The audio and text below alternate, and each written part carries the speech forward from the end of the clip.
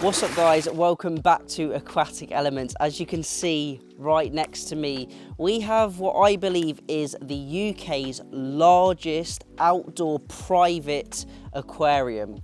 Now, this is an absolutely mega setup and I have featured it on the channel, I think it was about a year and a half ago.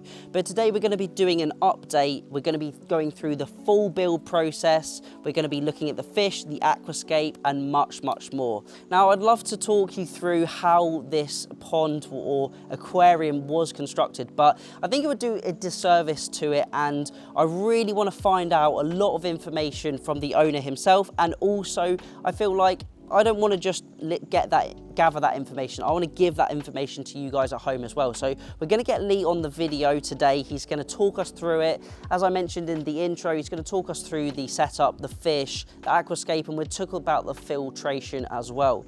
Now, before we get Lee on the video to talk us through his amazing setup, I just wanted to ask you guys a question at home. Now, let me know down below, what fish would you keep in this aquarium? Now, we'll get into details about the full setup, etc. But I just want to hear from you guys. If this was in your back garden, what would you keep and why? Let me know in that comment section, but let's get Lee on the video and let's talk more about this setup.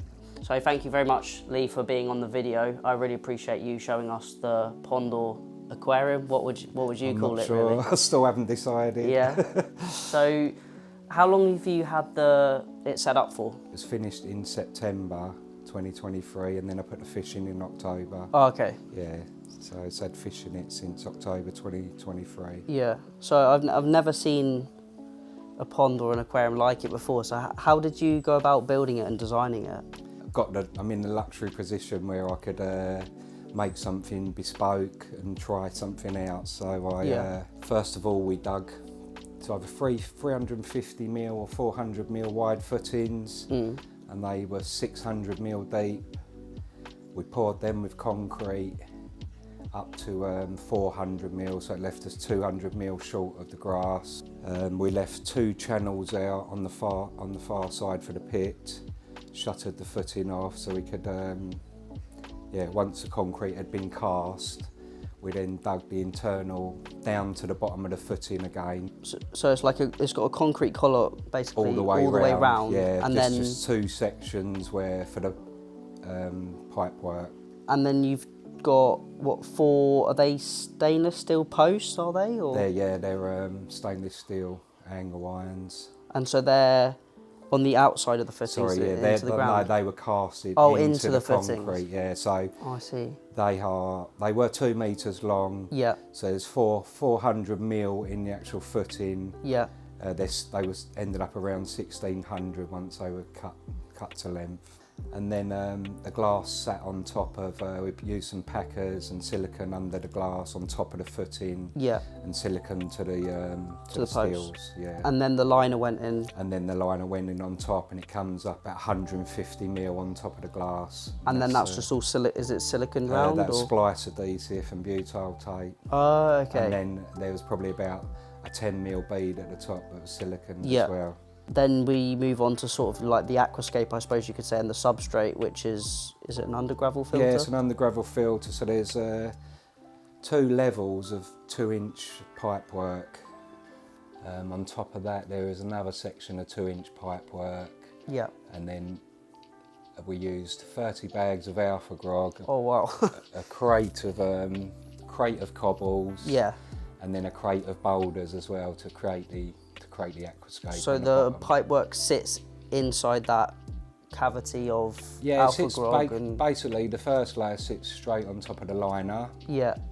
And then the next grid sits straight on top of that as well. Oh, okay. And then we use cobbles on the bottom first of all just to pack it up. Yeah. So it's getting above the pipework, and then a layer of alpha grog, 30 bags, and then we used probably about 3 or 4 inches of gravel, and then overall, like I say, the cobbles, a crate of cobbles went in, a crate of boulders, and then obviously the wood and the ornament.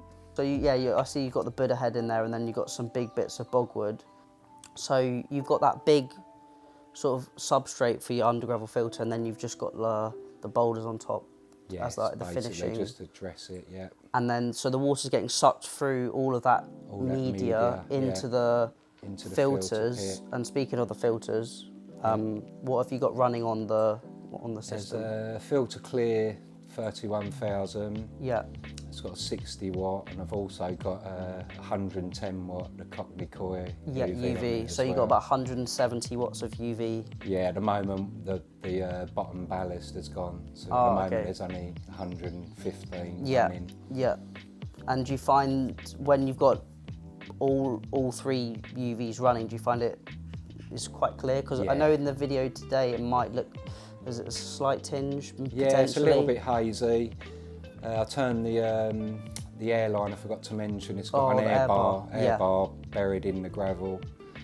And so I'll turn that on before you come. And it's giving it a slight mist. Yeah, but it's still really clear. It's pretty clear, yeah, but it can get, I mean, in the winter it's so clear. Oh, I bet. And they're not feeding. And, absolutely crystal. They're not active, it's crystal. Yeah, I suppose you've got obviously 4 panels and the top where the sunlight can just penetrate it. So you've got maximum level of sunlight. Potential algae.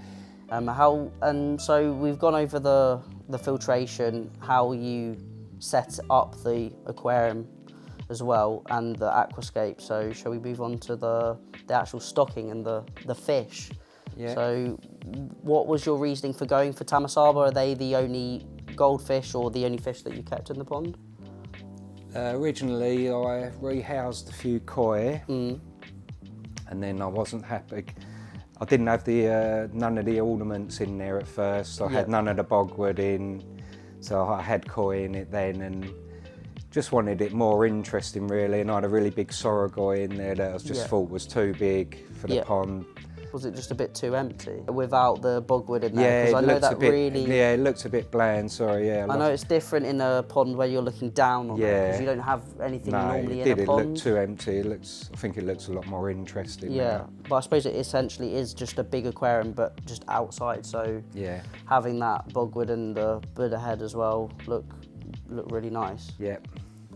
So then and the Tamasaba, just see them on YouTube really, and I was impressed with them. Yeah. Loved them. So then first of all I think I got 6 or 7. Slowly building it up. Last year I didn't get much done because I was working on the house, so I'm going to slowly build the collection up. Yeah. Going to get more than doubled than what's in there at the moment eventually. There's plenty of room. Yeah. And what is the volume of the pond? So it's 8,000 litres. It's 2.8 long, 1.8 wide and 1.6 deep. But you can't really appreciate the depth because it's got 2 layers of 2-inch pipework on it. So there's only really one deep section. I left one deep section just so you could see the depth of it. And so you've gone for the Tamasaba, I assume they're from Japan? Yeah, they're all from NND. Yeah. I did have one from Marusai, but unfortunately, I got a bladder problem and had to put it to sleep. They're really hardy apart from the swim bladder issue. It seems to be worse in the colder temperatures. Oh, I see. Yeah, they get affected worse in the colder temperatures. Yeah. And I know they are a fancy variety of goldfish, but you don't find that the large or the deep waters. Well, I was always been told that they require like a deep aquarium or a deep pond, like around 1 metre deep. So I've been told. I don't know how true it is. Yeah. It hasn't helped with the swim bladder. I'm still getting lots of swim bladder issues, so not too sure. For plants, I see you've got a few different plants. So you've got a lily in there, and I've got a marsh marigold, an umbrella plant. There's a little bit of hornwort in there at the moment. I've just been trying to add some plants to try and reduce the proteins and the nutrients. Yeah, all the nutrients and nitrates. Just trying to help with the algae really, because you're in the summer, it's in a lot of sunlight all day, so to keep on top of it looking clean, you need to brush the glass every 3 days. If you leave it a week, it's too long. Really? Yeah. So how often do you do it in winter? Is it like every couple of weeks? During the winter, I don't touch it. Don't touch it at all? It wow. doesn't build up any algae. When it's it so gets cold. really cold, Yeah. if it's getting down to the minuses, I wrap it. So I've got, I use the pond underlay. Yeah. It's just the perfect, so it's doubled up, heavy duty underlay. I put that on it, and I've also got a cover that goes over the top. Yeah, I was going to say, what do you do about winter? Yeah. So I assume that just stops it from potentially freezing. Yeah, it's never froze. Even I think the first year, 2023, was a really cold winter. Yeah. Really cold, and I didn't have a cover on it at that point, not to insulate it. And yeah, it was getting ice on it, but no, obviously just minor because of the flow rate. It's never going to freeze. And it's a massive body of water, and I suppose you've got what, 40 centimeters, 400 mil underground. Yeah, so no, there's actually from the ground there's 600. Oh, 600. Yeah. So you've got all of that heat from the the ground. The ground. So it stayed quite stable. I was worried about the fluctuations with the heat and the cold, but because, like you say, it's partially in the ground, it's very stable. The temperature, it doesn't fluctuate at all. It's just like a normal pond. The glass is very insulating, so it doesn't go up and down drastically at all. I used to monitor it regularly the first year.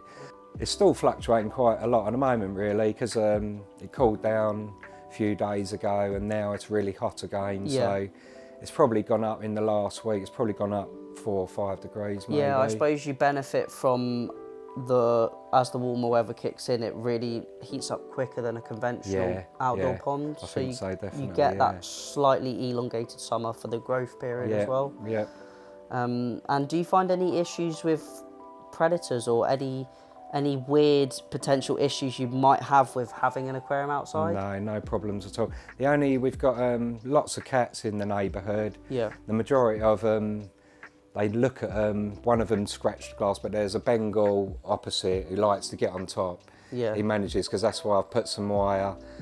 I've got like a loop, and on the corner I've brought another one over to try to stop him perching on there. He sits on the corner, but he's never, I don't think he'd have to be so patient, and I think they'd have to be spawning for him to be able to get. And I mean, the fish are so bulbous and big, and heavy. To get one out is going to be very, very like difficult. I say, that's the only. I've had the heron come and have a look. Yeah. I've got some footage of him.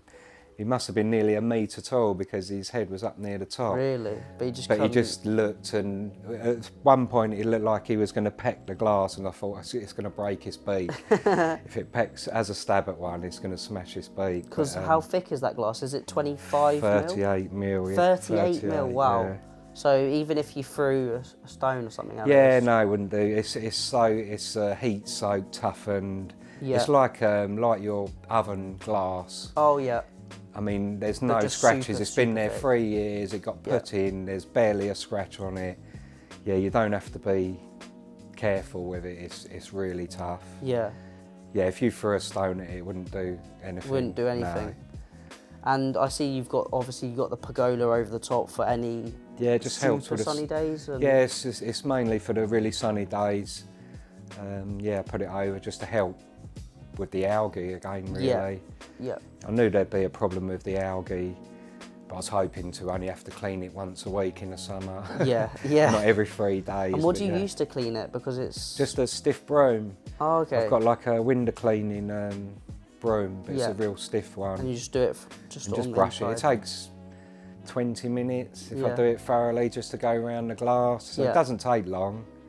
It's quite rewarding getting it off as well, I think. But when you've been at work all day and you've got other tanks to look after, it can be a chore. Yeah. And is there anything that you would do maybe differently next time, or would you do a project like this again? Yeah, I'd definitely do it again. I would do things different, so I would upgrade the steels. They were 6 mil stainless steel angle irons. I'd upgrade them to 12 mil because we found as the glass flexed and bulged out, it was trying to pull it out from the steel. So that's why originally I didn't have the wire around the top. Okay. It's got some stainless steel wire around now, and that just keeps the 4 posts from being able to splay outwards. and then the brackets also stop it from, just notice the silicon, we started seeing a bit of silicon appearing, like a couple of mil, so you could see it as being stretched from the steel. So I put that wire around the top, tension that, and then it's got brackets on each corner to just really hold it in place. Ever since we've done that, it hasn't moved, it's fine. Yeah. You can walk all round it. I've climbed over it numerous times. It's really rugged.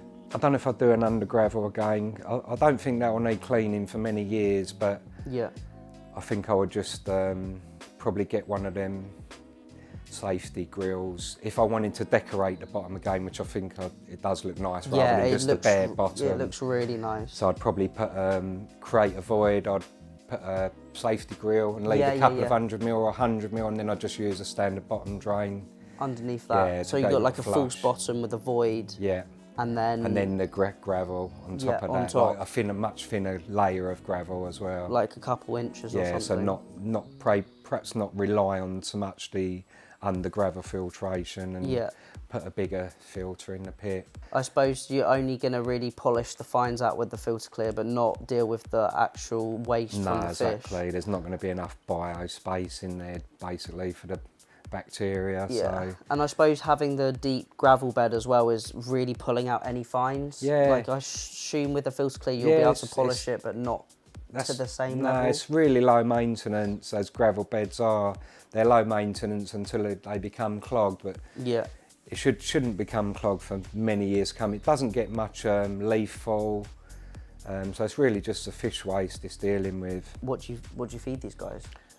For the last couple of years, I've been on the Saki Hikari. So they've been getting a good diet? Yeah, they've got a good diet. They're on Saki Hikari white and balance at the moment. It's not quite hot enough for any growth food still.